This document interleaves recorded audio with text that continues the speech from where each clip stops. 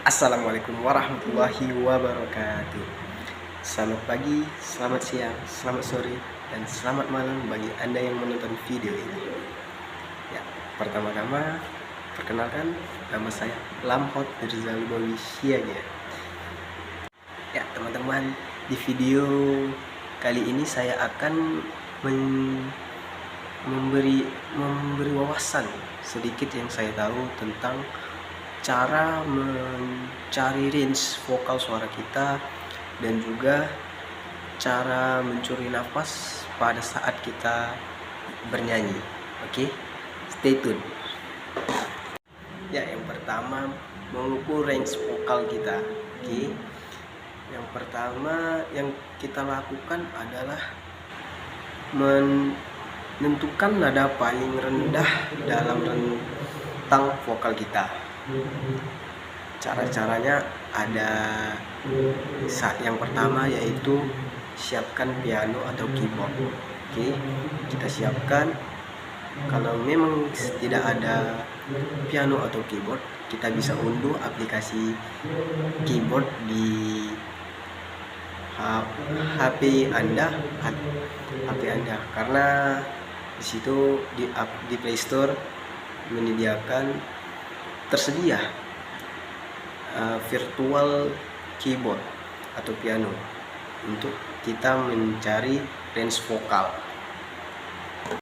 Ya, yang kedua, cari tahu nada paling rendah yang mampu Anda nyanyikan dengan suara normal atau suara dada. Oke. Dan yang ketiga, cobalah menjangkau not paling rendah meskipun Anda perlu menyanyikan sambil menghembuskan udara melalui mulut. Jika Anda sudah tahu not paling rendah yang bisa dijangkau dengan nyaman, coba turun lagi not per not. Nada yang Anda mampu nyanyikan dengan baik selama 3 detik boleh diperhitungkan, tetapi suara yang serak atau kurang 3 detik tidak boleh dimasukkan ke dalam vokal. Oke. Nah, yang keempat, jangan lupa mencatat setelah Anda tahu nada paling rendah yang mampu dijangkau dengan suara dada dan setelah mencoba nada yang sedikit lebih rendah. Tekan tuts piano untuk membunyikan nada tersebut, lalu tentukan notnya sesuai notasi nada ilmiah. Baik, setelah Anda sudah tahu nada rendah Anda di mana, yang kedua yaitu menentukan rentang vokal dan jenis suara Anda. Setelah Anda mengetahui rentang vokal Anda dan jenis suara Anda apa, selanjutnya yang kita harus lakukan adalah memahami teori tentang rentang vokal. Oke. Ya, pertama kita harus mengetahui klasifikasi jenis suara. Mungkin Anda sering mendengar kata sopran, tenor, atau bass, tapi belum tahu artinya, benar kan? Nah, dalam pertunjukan opera, vokal merupakan salah satu instrumen yang perlu dilatih sebab para pemain harus mampu menjangkau not tertentu seperti biola atau flute. Oleh sebab itu, suara penyanyi opera dikelompokkan berdasarkan rentang vokal untuk menentukan jenis suaranya. Cara ini bisa diterapkan saat diadakan audisi penyanyi opera guna memilih pemain yang tepat untuk peran tertentu. Dan selanjutnya kita juga harus mengetahui berbagai hal tentang oktav. Apa itu oktav? Oktav adalah interval antara dua not. Ya, misalnya B ke B berikutnya, dan nada yang lebih tinggi frekuensinya 2 kali nada rendah. Pada piano, 1 oktav terdiri dari 8 not, tidak termasuk tuts berwarna hitam. Dan juga yang terakhir, kita harus mempelajari notasi nada ilmiah. Notasi nada ilmiah adalah cara menulis dan memahami not musik sesuai standar internasional menggunakan huruf A sampai G untuk mengidentifikasi not. dan angka untuk mengidentifikasi oktav rendah sampai oktav tinggi dari 0, 1 dan seterusnya. Contohnya A0 adalah nada paling rendah pada piano. A1 adalah nada A 1 oktav lebih tinggi dan seterusnya.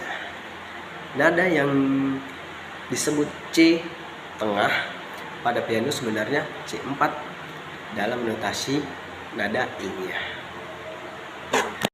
Oke, sekarang kita akan sharing tentang cara mencuri nafas saat Anda bernyanyi. Oke. Yang pertama-tama yang harus Anda lakukan adalah kuasai nafas diafragma.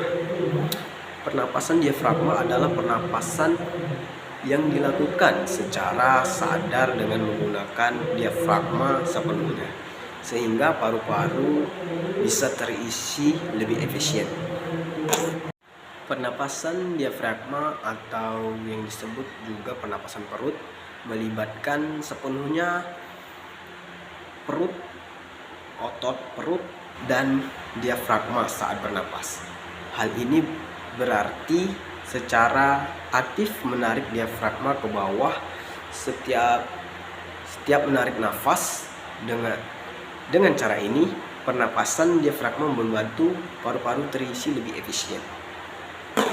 Setelah sudah menguasai teknik diafragma, kita juga harus memahami tempo dan kalimat lagu. Dan apa itu tempo?